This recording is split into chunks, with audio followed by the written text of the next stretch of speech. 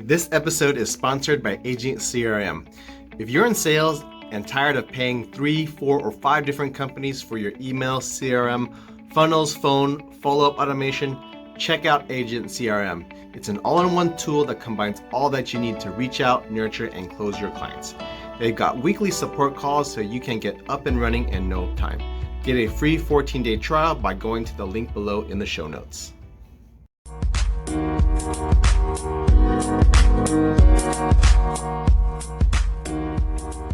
Hello, everybody. This is Dan Nguyen with The Intentional Entrepreneur. I have a very special guest with me today. He is the president and CEO of the leading data technology company, Agilence. He has over 35 years of experience in the technology industry, helping establish organizations and small startups reach their full potential by driving change from the inside. Please welcome Russ Hawkins. Yeah, thanks, Dan. I'm happy to be here, and thanks for that great intro.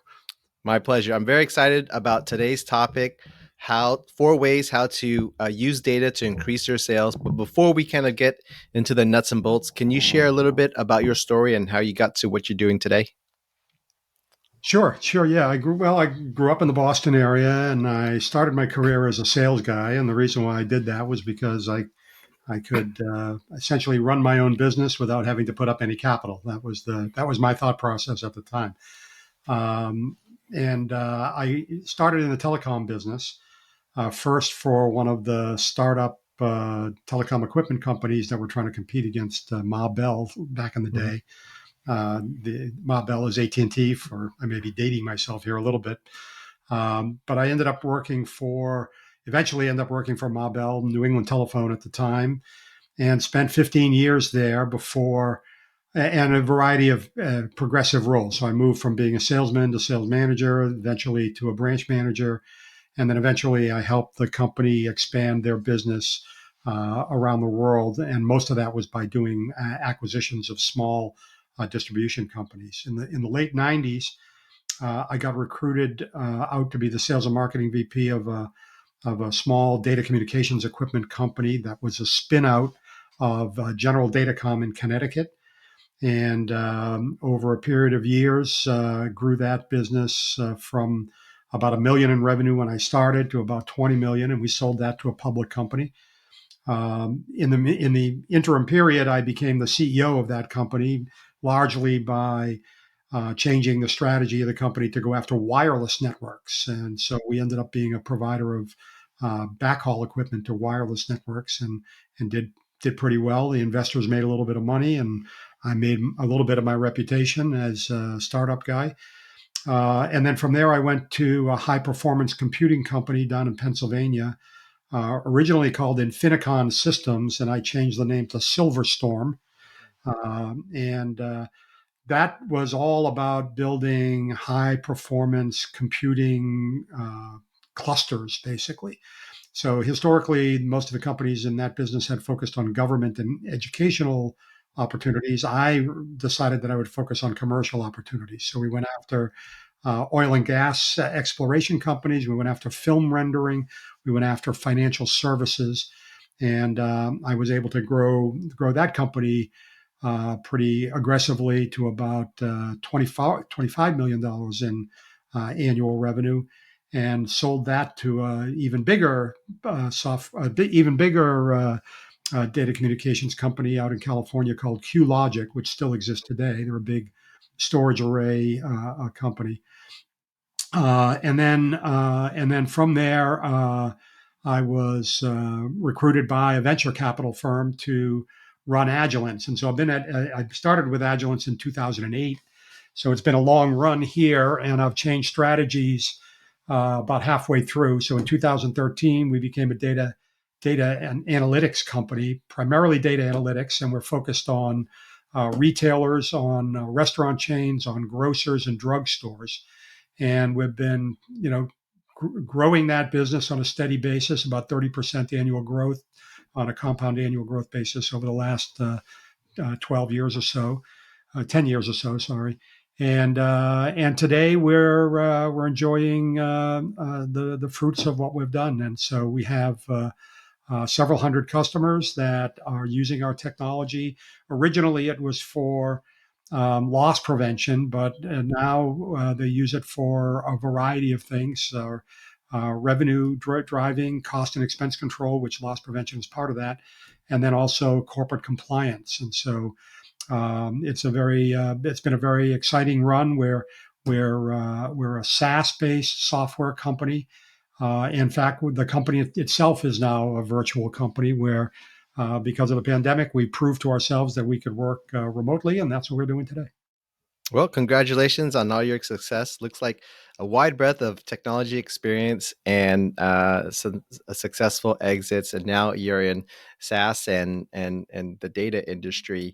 And today we want to talk about four ways businesses can use data to increase their sales. So, can you talk a little bit about that and how you're seeing it in your industry? Well, I'm going to tell you a few ways of increasing sales, but data can be used for a variety of things. So, what I'd actually like to talk about is four ways that you can use data to do multiple things. One is to increase sales. Another one is to protect your margins. The third is to talk about how to get the best frontline face of your brand out there. And the last one is to streamline your customer experience. So I can talk a little bit about each of those and use a couple of examples in each of them. Yeah, let's go for it. Okay, so first point is that companies are increasingly awash in data. They've got tons of data generated by the business, and every application that's used, every new application that's used, the back office system, the POS system, the supply chain management system, all of these kind of point solutions have some kind of reporting, and they generate a certain amount of data. But one of the problems with them is that they're in a silo. They're all by themselves.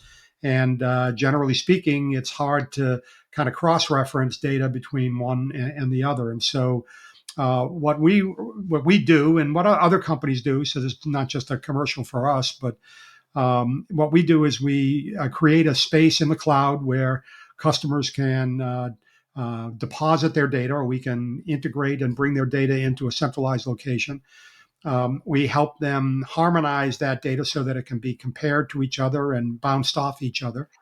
And then we even add operators. We add mathematical or statistical operators so we can create things like performance indicators and objectives and those kinds of things. So, anyway, in terms of increasing revenue, the reality is that the first thing you need to do is you need to know where you are against your plan and where you are against prior periods, last month, last year, last quarter. So the first thing you want to do is make sure that you're capturing the information. Usually this can come out of either your back office system, the POS system.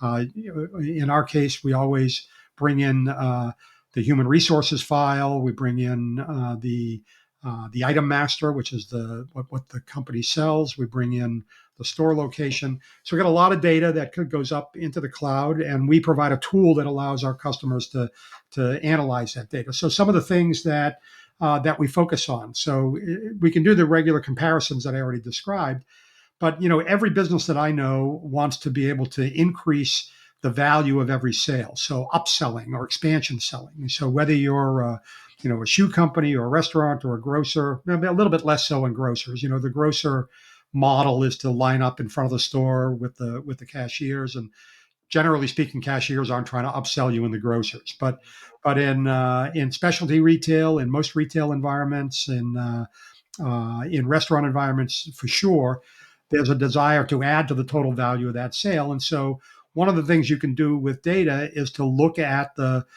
your performance, look at how each individual in the business, if you're running one location, you may have 1, 5, 6, 8 cashiers that are working. If you're in a company that has more than one location, that gets multiplied. So you have 20, 30, 40, 50 maybe. And even large organizations have thousands of people that are interacting with the customer and doing it at the point of sale. And so what we recommend is that you take a look at what the kind of real-time performance is of upselling and keep records and keep track of that. Usually the POS system can help, but you don't necessarily need my software to do this. You can do this on an Excel spreadsheet. And basically what you want to do is you want to look at the performance of each individual in the business and how are they executing on that corporate goal of expansion selling.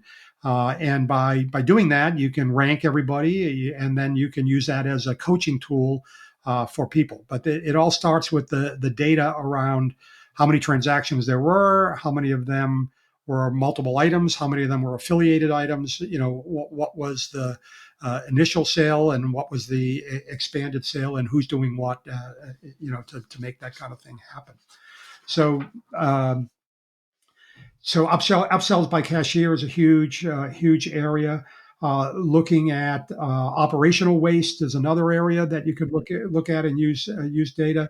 We like to look at things called sales reducing activities, and that's more in the second category, which is protecting your revenue. But let me get to that in a minute. Let's talk about promotions. So another area that you can look at is promotions. In the restaurant business, you have limited time offers. Most businesses do promotions of some sort. They're providing discounts. They may have a loyalty program. They may have programs for specific subsets of their customers, like the military and those kinds of folks. And you want to look at how these promotions are actually operating. And very often we see our customers making the mistake of only looking at the relevant items in the promotion. So if I'm a restaurant and I'm doing $5 bundle or a package, or I'm offering a BOGO, buy one get one in a retail environment, understanding how that promotion does is important, and understanding the SKUs that are sold. But what's even more important is understanding what the impact is on the broader business. So being able to not only just isolate the impact of that promotion, but do it across all of your revenues to see where maybe there are things that drop down. I mean, especially in the restaurant business, if you're promoting a $5 bundle, there's a pretty good chance that you're cannibalizing some full price sandwiches on the other side of the business. And so by analyzing the POS data and understanding the performance of that promotion, and then also looking at the total volume and the historical performance against other menu items, you can make a real determination about whether that promotion was really effective. Right? Most of these promotions are done in a little bit of a vacuum. There's usually very talented and skilled people in the marketing department, or it might be the owner of a small business, and you have a hypothesis about how it's going to work. And so my recommendation is that you test that hypothesis and make sure that the data tells you exactly what it is actually happened during that period of time, and try to do it as quickly as possible. Now, one of the things that I've noticed is that sometimes the scorecard on whether the promotion worked or not isn't available for weeks. And so getting it on a real time basis, or a near time basis, as I talk about it, tell me what happened yesterday. If I announce a promotion today, I really want to be looking at that data tomorrow and seeing how each cash register operated in a single location. But if you have multiple locations, you want to look at each of them and see how those happen. Quick question Yeah. before you go on, because you did talk about data and kind of real time data for restaurants. Maybe what'd you say on average a restaurant would need to run a certain promotion for a certain amount of time to say, hey, this is enough data that we can act upon and make a decision on? Well, if you've been collecting data for historical times, you probably have enough on the first day after the promotion, because you can compare it against the historical performance. And I think most POS systems give you the ability to run reports that let you understand what your average volume was, what the adoption rate was, how much stuff was discounted. Not always can you tell which are new customers versus existing customers. In today's world, if you've got a loyalty program, you can do that relatively easily for the existing customers that have formalized their relationship.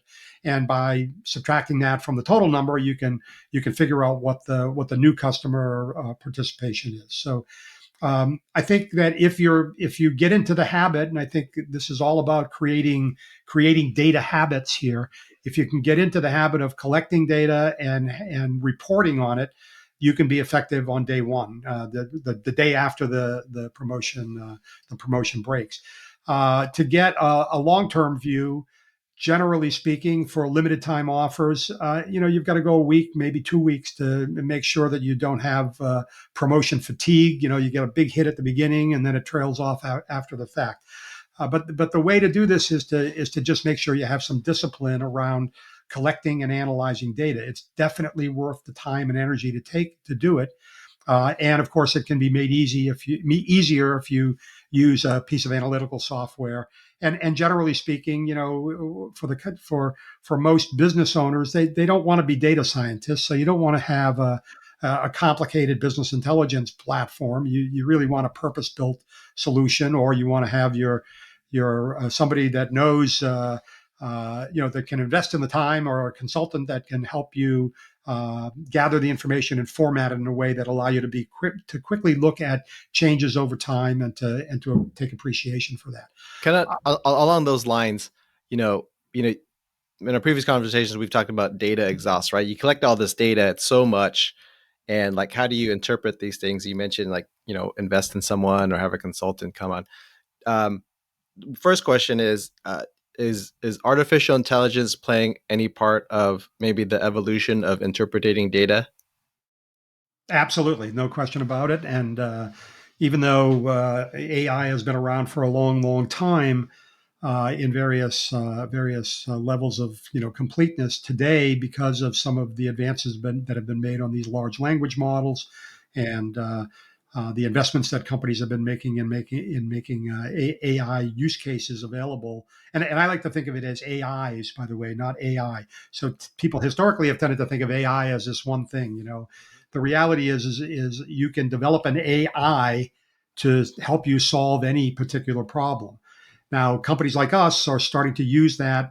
For example, one of the things that we do is we use AI to create what we call a DNA score for employees, so that we can evaluate all of the data associated with a particular employee, and essentially rank them based on the KPIs that are most important to your business. And you can use AI to do that.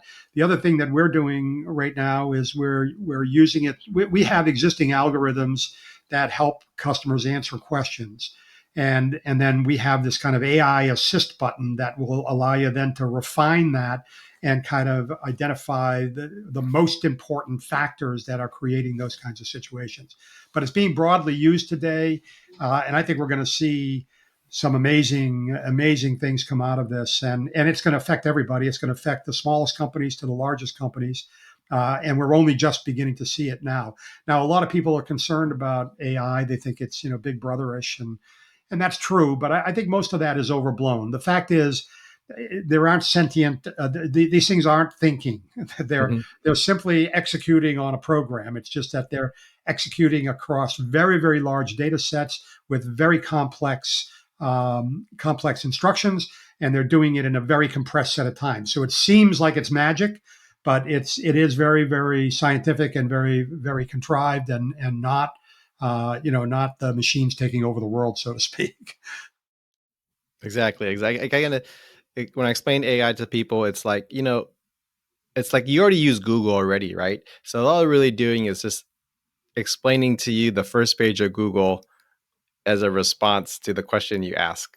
Right, and hopefully with a little bit better specificity than the Right. first level of Google, and without Yeah. all of it's the six ads that come up Yeah. first on Yeah. most Google. So yeah, I mean, I think search is a place that it's going to be used tremendously, Mhm. depending upon what your business is. If Yeah. you've got a customer success organization, Mhm. and you're doing a lot of web-based interaction with customers, I think Mhm. AI chatbots are very Mhm. effective, because they can anticipate, based on their experience, your experience of fielding lots of calls. You're able to kind of develop patterns within those calls, and have a likely next question, or a likely solution to the question that the customers are asking you. So that's, I think, important. Yeah. um, we're using it also on the question asking side, right? So we have, in our business, we have several hundred customers and several thousand users of the product. and they're all using it to essentially ask questions. And so when you start multiplying that out, you end up with hundreds and millions of questions, hundreds of thousands or millions of questions. I think that's the right order of magnitude. But out of that, you can determine which of these questions are actually producing the best answers for you using AI to do that, and that can be very helpful. But you'll be seeing these types of technologies permeating lots of systems, including many of the standard systems that people use, POS systems, supply chain management systems, and those kinds of things. So what else? So anyway, so increasing yeah, sales. yeah, Just a couple yeah. other things. Looking at the day parts, looking at morning, noon, evening, afternoon, associating that with some kind of behavior.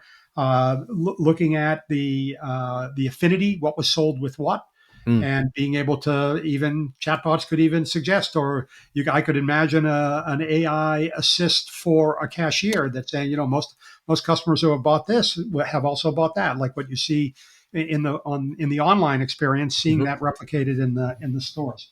Yeah. So there's a bunch of other things that I could talk about there, but the bottom line is that by analyzing this data, you come to know yourself and you come to know your business. To not to be overly Greek proverbial about it, but one of the big things is know yourself, know what you're Mhm. about, know who your customer is. Mhm. These types of technologies can help you know who your customer is, and then make sure that you construct your menus or your product list or certainly your promotions and your programs to be designed around selling those customers the products that you have. And then the result of that is going to be higher sales and higher margins. So you got to look beyond the basic adoption rates and look how one thing affects another. You can use basic algorithms and basic spreadsheets to do this stuff. You can use software like ours, and increasingly AI will be there and will be available to help you do that. By the way, it has also benefits in making sure that you have no out of stocks. So Mm. one of the big way, and it's not so much in restaurants, but in retail environments, it's the worst thing that can happen is have a customer wanting to come in and buy something and you not have it in stock. Mhm. So being able to understand what your historical sales rates were, to do better product planning, to do better ordering. Again, if you're a single operator, you're doing a lot of that yourself, and you maybe have a team to do it. If you've got multiple locations, you probably do have some kind of staff that's doing these things. And by investing some time in understanding your data, you're going to make better decisions about that. You're going to have less out of stocks. You're going to have more of the product there for the customers when they're ready to buy it. So that's it's all about replenishment and those kinds of things. So Yeah. those are some of the ways on improving sales. One thing we didn't talk about at all was the third party, the emerging third party ordering and delivery partners. So in the Mm. restaurant business, most restaurants today have 3 or 4 different ways of delivering to the customers. If not in the facility in your restaurant, you can be with DoorDash or Uber Eats or any number of these systems. And many companies, multi-location companies, are developing their own in-house solution. So you've got a Mhm. lot of different ways of delivering product to your customers. By the way, each one of them has profitability issues, right? You need to be able to understand what the impact is in terms of your margins on what those delivery fees are and how they factor in. If you're in the grocery business, Instacart is a huge Mhm. player, right? And most grocers now have some of their own programs, but many of them are using Instacart, and it's a blessing and a curse. Matter of Mhm. fact, all of these third-party systems are blessings and a curse. And what I mean by that is they can help you grow the top line, but then they own the data. They're Mhm. collecting the data on what people are offering, and they're the ones, interacting with their customers, moving certain products that are to their advantage and may not always be to your advantage. So, for example, substitutions in an Instacart environment, substitutions you want substitutions to be for your house brand. Mhm. If the brand name that they're looking for, let's say it's Heinz ketchup, isn't available, you don't want them to substitute another high dollar price, potentially lower margin number. I want them to substitute my house brand, Mhm. something on those lines. So the main point is don't. There's all kinds of data in your business, And by systematically looking at it, you can improve your top line, you can improve your customer satisfaction, and you can improve your profitability. So that's all the revenue related stuff. Mhm. So let's talk about protecting the margins. The sad fact is that you ignore this at your peril. If you are ignoring your margins, you are ignoring the protection of your revenue. You do that to your own disadvantage. And unfortunately, there's really basically two types of ways that your revenues can be impacted. Um, and you can be helped with data, but you can be impacted by bad actors in the Mhm. marketplace, right? So there's today large organized retail crime groups that are working as teams coming in and basically trying to steal material. There are individuals that are kind of the casual shoplifter that are working, but unfortunately, a lot of times it's your own employees. Your own employees know your systems; they know how it operates, and so you really need to look at the data to determine what is happening and what things look suspicious and what don't look and what things don't look suspicious. So, for example, a an employee selling to themselves, always something you want to look at very, very carefully. An employee selling to a family member, often they'll give them the friends and family discount, unauthorized friends and family discount. That's not a good thing. In the restaurant business, there's all kinds of opportunities to ring up only part of the order, or to look at, Mm. for example, tip percentage as a percentage of the total transaction value. So, typically tips are supposed to be, they're probably in the 15 to 25% range, unless you've done a really bad job. But if you see tips coming in from a particular server, for example, that is in the 45 or 50% range, then most likely what's happening is that they are giving away product. You're losing twice. You're losing the inventory, you're losing the revenue associated with the inventory, and the customer is paying the same amount, but most of that, a big chunk of that money, is going into your Mhm. server's pocket or your bartender's pocket. So there's a big problem in table service restaurants that we see. Um, you got to look for flags for suspicious behavior. Voids is another area. Mm. How many voids? People voiding a lot of things off of orders, or re-ringing orders, or re-ringing with one customer multiple orders. Mm. A lot of times there'll be things that are transacted or pulled out or added in between orders, and generally speaking, these are ways of losses happening. So I talked about tip percentages. Another area is store managers. Store Mm. managers, again, they have a lot of discretion, and some of that discretion may not be consistent with what the owners and managers, upper level managers of the business want to do. So I like to look at, in the restaurant business, comped meals, for example. Mm. How are my managers? If I have multiple shifts and multiple managers on the shifts, how are they comparing on comped meals, or on free desserts, or whatever it might be that what they do. Uh, Other areas that you can look at is just keeping an eye on cash. Cash is Mm. king. Yep. There's a technique that's used by cashiers that's called building a bank. Mm. And what that means is, let's say that you're in a convenience store, and every morning you've got regulars that come in. You work every morning, the regulars come in, they buy a coffee, they buy a donut, they pay in cash. Every day it's the same. It's $9.86 a day, or $10.04 a day. So after a while, I know that customer's coming in, and so I ring it up, and then I void it off, and they give me the $10, and I put it in the register, but then I put a little tick mark on a piece of paper so that I know how much I have, and that's called Mm. building a bank. Mm. And so customers can do that. Um, Looking at food cost in restaurants, Mm. looking at drive-through cash orders. We've had situations where there were promotions based on selling certain things through the drive-through, and we had managers actually driving through, just running up the ticket so that they Huh. could win a prize, and go to Hawaii, or something along those. Yeah. Quick Um, question. You know, for the data you collect, do you compare them uh, on an industry basis with your other customers in the industry, or We is do. it really siloed? Okay. No, we do a big part of what we do from a value proposition standpoint is we kind of wrestle this data to the ground. Mm-hmm. Right now, these things can be these ideas that I'm talking about can be implemented even in the smallest operation. But I like to say, once you have to be in two places at once, you need my software. Because Mm-hmm. if you're the owner of the business, you Yeah. can't be in both places at the same time. You can't be Mm-hmm. in three places at the same time. Yeah. So what you want to be able to do is collect the data and then be able to compare it against other data elements in your operation. But then, most importantly, you want to be able to compare that against the industry. So you Mm-hmm. want to benchmark that against how other operators are doing, how other similar companies are doing, and we do facilitate some of that, and that's a growing part of our business. Got it. Got it.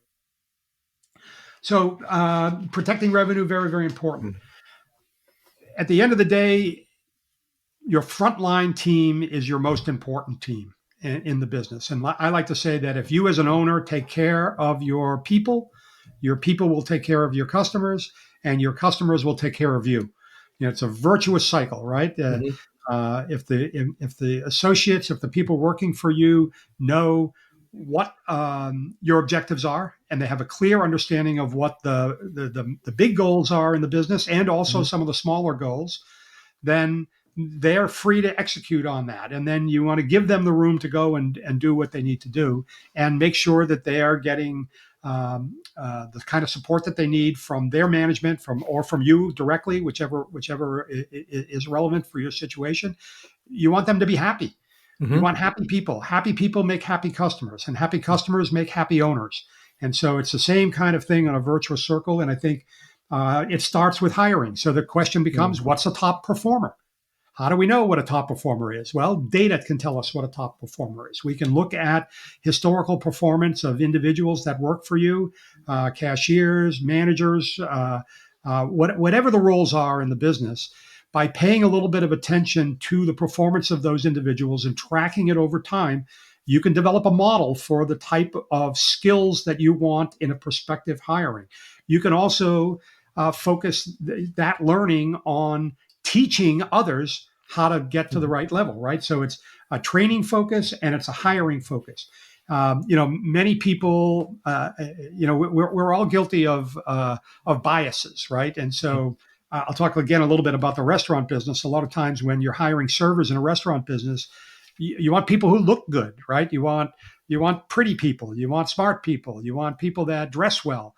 Well, they may not actually be your best performers. They in fact might Mm-hmm. not be your best performers. And Yeah. so by looking at the data and not being drawn to a pretty face, Mm-hmm. you can make informed decisions about the types of people you want, and you can figure out where you need to invest in training so that the Mm-hmm. rest of your team can come up and do better.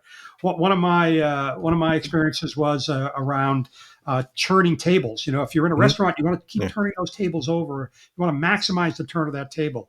And I like to say that table turning is a function of the first 15 minutes, not the last 15 minutes. And Mm. what I mean by that is you don't want to be rushing people out at the end of their meal. That's not good for customer satisfaction, and it's often not successful because people are, they're enjoying their meal, they're maybe having a cup of coffee or something like that.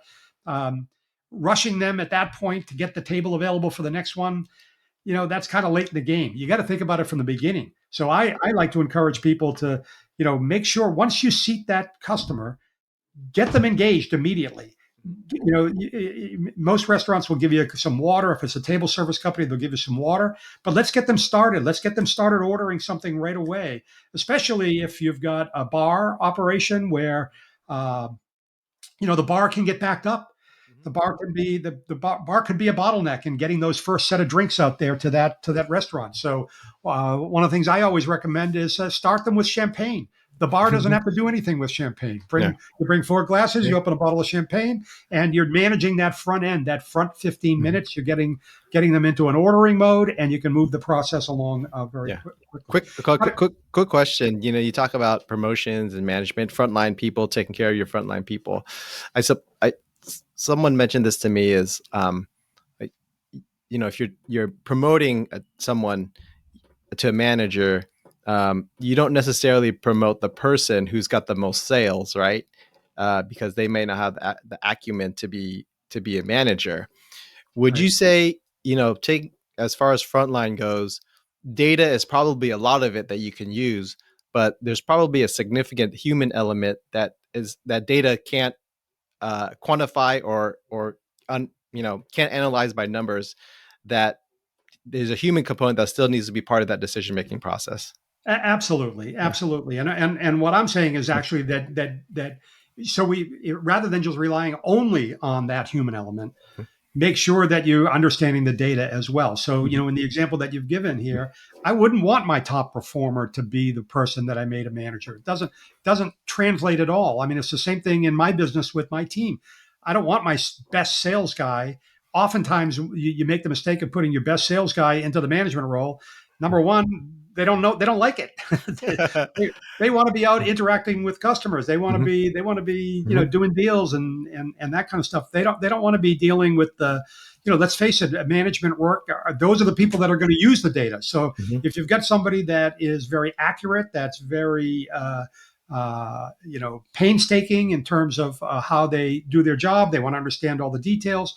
Those kinds of people that are probably better, and you can figure out some of that stuff with data. Mhm. So all from a development of the training of employees, everyone needs to remember that is the face of your brand. Mhm. These are the people that are going to define for your customers what your company is, and so you need to take great care in doing it. It's not just pretty faces; it's efficiency, it's effectiveness, it's friendliness, it's those kinds of things. And the data that you can look at is speed of service. You can look at tip performance. You can look at upselling performance in restaurants. Certainly, upselling performance is huge in shoe business upselling is huge, Mhm. right? We have most of the shoe companies in the United States, and every shoe company that I know wants to sell some shoe polish or some shoelaces along with that pair of shoes or a couple of pairs of shoes. And so people that are into the business are going to be performing on that upselling Mhm. size. Mhm. And then finally, it gets back to the restaurant thing. Check size is an important issue, right? Very, very important. Yep. Yep. So the final area is streamlining the customer experience, basically knowing your customer, right? So I get back to my Greek theorem again. Know your product, know your customer, figure out a lot of ways to ask them to buy things. That's what you do. Know the customer you're dealing with, know the product, know what you're trying to get them to do. Um, and customer expectations change, and so you've got to be tuned into that. Now, this very much depends on the format. In a restaurant business, table service versus fast casual versus quick service, all kinds of different variables. In the retail business, you've got large big box companies that have generally lower staff per person, but then you've got small specialty stores where customer service is an important part of what they do. So gathering information about your customers, oftentimes this is through a loyalty program. Where you can clearly identify that customer, but you can do a lot other ways as well. You can track credit cards. I mean, I'm not suggesting you're tracking credit cards for any nefarious reason, but if you have a repeated POS report that tells you about certain credit cards that are being used on a regular basis, and you look Mhm. back at it over a month or a quarter, you can get a sense of who that customer is, and soon that you're going to understand what their buying preferences are, and you can start tailoring your messaging to those folks. So there's a lot of ways to use data to understand customers, and some of this stuff is evolving pretty dramatically today as well. In some environments now, people are using these interactive video screens, which may offer promotions, let's say, but they're simultaneously being able to use cameras to determine your age, your sex, whether you have children with you or not, and in some of the most sophisticated companies they're using that to offer tailored promotions right there and then on the screen to those people. So this is the ability to turn around that data gathering in a way that allows you to customize some kind of an offer to those customers. You can do this at any scale. I mean, it's obviously uh, the bigger you are, the more you can afford to do in terms of using third parties and third party solutions and technology. But the concept can be applied even in the smallest business. So you got to analyze your learning. You got to look at adoption rates. You got to look at sales performance. You got to look at the labor costs that you have relative to the time of day that you're selling. And you got to align the operations with staffing so that you're better serving those customers. So, worst possible situation is to be understaffed and to have somebody walk out of your store or walk out of your restaurant because they can't be served.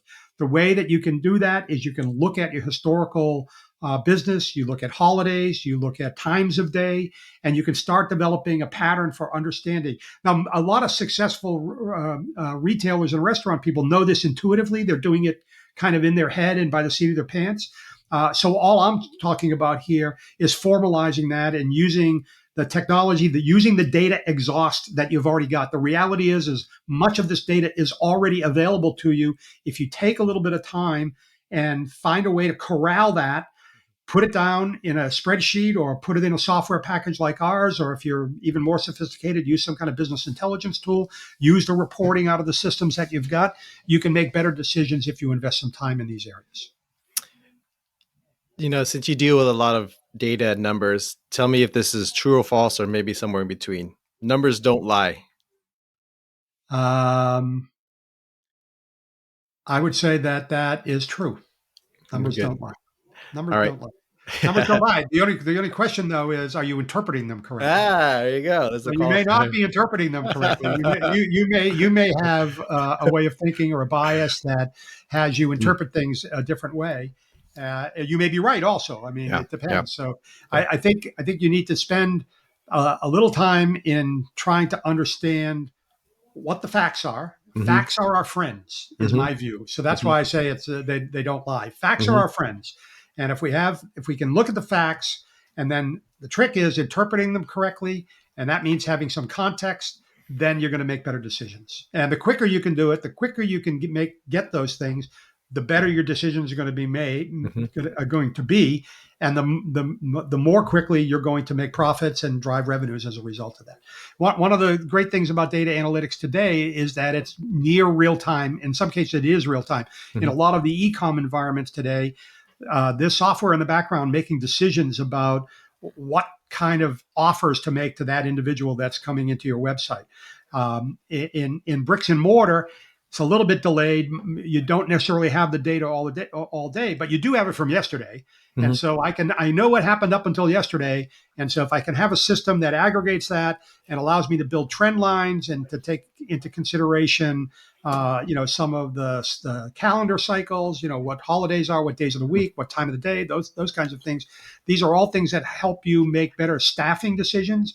And by making better staffing decisions, you can make better customer decisions. And again, back to more profits and more revenues. All right, we're here with Russ Hawkins with Agilence, discussing 4 ways to increase your business uh, and protect your business with data. As far as maybe your avatar, your sweet spot, what's the best business for you to work with? Retail, restaurant, table service, quick casual, above a certain revenue, certain amount of employees. Well, we could provide value to them all, but we have different levels of performance in each one. We Mhm. started out in the grocery business, so we have a large number, mostly regional grocers. What we've found with large grocers is that they think they're the smartest guys in the room, and that they don't need to have somebody like me come in and tell them how to run their business. And I'm not trying to tell people how to run their business. I'm just trying to give them the accessibility to the data that allows them to make better decisions. They know how to run their business better than I do. They know the questions that they want to ask. So we have a pretty good concentration in grocers. And again, I'll get back to if you have more than one grocery store, then you're probably a client for our software. But the concepts that I've been talking about apply in a single location grocery store as others. When we embarked on the analytics product that we currently have, we were targeting the specialty retail market. So specialty retail is the way I think about it is, if you think about a mall, it's everybody that's lining the hallways of the Mm. mall. All right. Generally speaking, these are multi-location operations, but not always. And so in that case, generally for us anyway, it's probably best to have at least 10 locations for you to make some value. On the restaurant side, A single location table service restaurant has lots of opportunity to use data to improve. So if you have a single location, you have one location, you have three locations, five locations, all of those are viable companies. If not for me, for there's other companies out there that specialize in some of those smaller environments. And so that leaves for us anyway. The drugstores. Now, drugstores are kind of unique market. It's actually quite small. There's only a few people. They're usually very, very large, and so generally speaking, the market itself tells me how what the ideal buyer is in that space. And there's only a few of them. There's literally if you take out the supermarkets that have their own pharmacies, there's only about five or six pharmacies that operate in the United States. Walgreens, Rite Aid, CVS, Walmart is another big one. Target, well, they actually sold off their stores to one of the big to Mhm. CVS, I believe. So, Right. so that's what it looks like for us. All right. Hey, so we're getting to the end here. Before we go, we've got rapid fire hot seat questions. Are you All right, ready? all right, I'm ready. All Shoot. right. Who do you look up to? Who do I look up to? Well, my mother, Mhm. my parents for sure. I've been very fortunate in my career to have a few mentors that have helped me understand the way the world works, and so those have certainly been part of that. And in the technology business, there's a few people who have done things very well. If not Elon Musk, by the way. Mhm. All right. What's the best business advice you've ever received?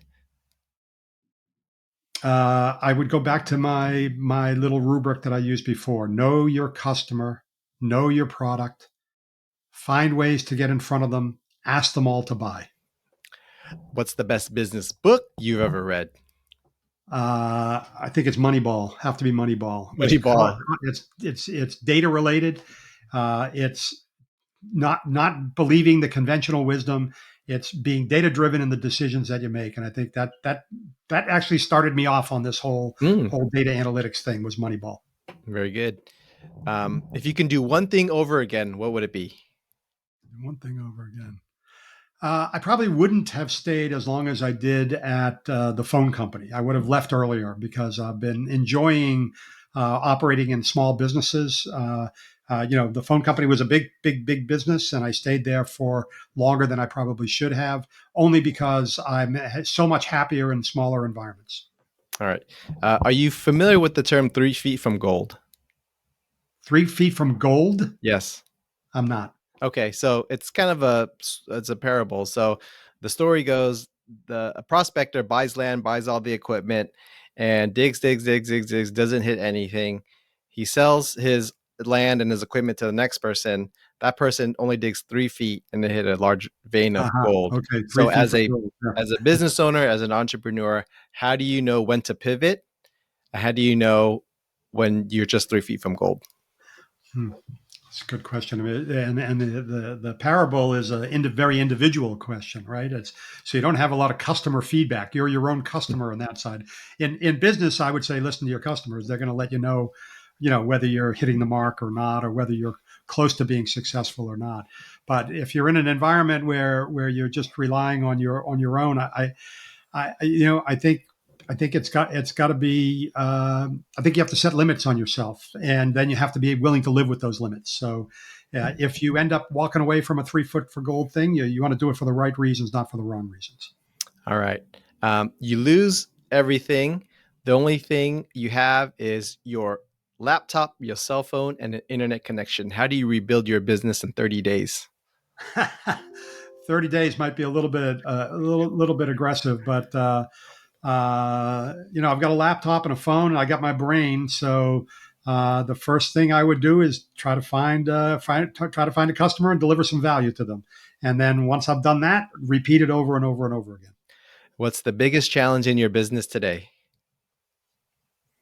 Uh, we got plenty of challenges, and that's one thing about businesses. You always have new challenges, and yeah, I think I'm so leveraged on the people that keeping people motivated, keeping people energized is the key as far as I'm concerned. Back to my virtuous cycle of keep people happy, they'll keep customers happy, and the customers will keep you happy as a business owner. I think that it takes a lot of energy and a lot of time, and sometimes it's very frustrating because people don't always behave the way you want them to behave, and it's an iterative process. So I would say people are both the biggest advantage and the biggest challenge in business from my All right. perspective. And last question is, what's the best thing you spent $100 or less on that has improved your personal life or your business life immensely? See, personal or business. Um, Well, on the personal side, I'm still a kid at heart. So I like to buy toys, and I like to buy toys and then play with kids with them. I get because I enjoy making smiles, putting smiles on the faces, and I get a lot of personal satisfaction out of that. I'm not sure how well it translates to over to the business side, although I try to be fun. I try to be fun in business, so I think that's what I would probably stay with. All right. Thank you, Russ Hawkins, for hanging out with. Hey, if we want to reach out to you, what's the best way to get in contact with you? The best way to get me, I'm at rhawkins at agilenceinc.com. That's AGILENCEINC, agilenceinc.com. Agilence, by the way, is a contraction of the word agile and intelligence. Agile intelligence, agilence. That's what we're talking about. Very good. Thank you so much for hanging out. Hope we can get talking again soon. Thank you. I All had right. a really great time. Thanks so much.